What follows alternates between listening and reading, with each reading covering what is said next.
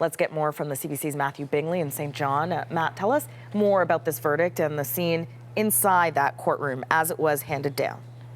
Well, actually, we were just heading into the fourth day of deliberations. The jury signaled that they had reached a verdict, and then, of course, Dennis Oland was recalled to the courthouse. He entered in with his family and was sitting there as the foreman read out that verdict, guilty.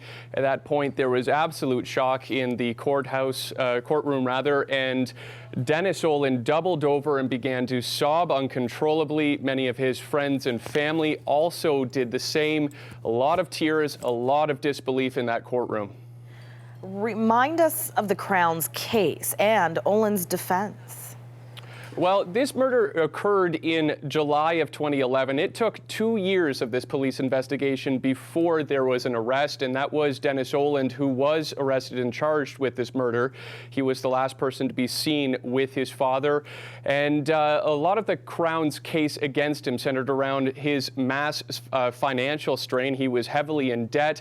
He had a very strained relationship with his father, and their key piece of evidence was a blazer which he was spotted wearing on surveillance footage, which contained DNA blood-stained evidence from his father. Now, as far as the defense went, they actually put Dennis Oland up on the stand himself. He said that he had no reason to kill his father, and that they actually also had a witness in this case, an employee of the store below Richard Oland's office, who said that he thought that he heard the murder occur after what he thought Dennis had left. We now know when sentencing will happen. Tell us about that and if there might be an appeal by Oland. Well, sentencing will happen on February 11th. This second-degree murder charge, conviction rather, goes with a life imprisonment sentence. The jury decided today with no chance of parole before 10 years.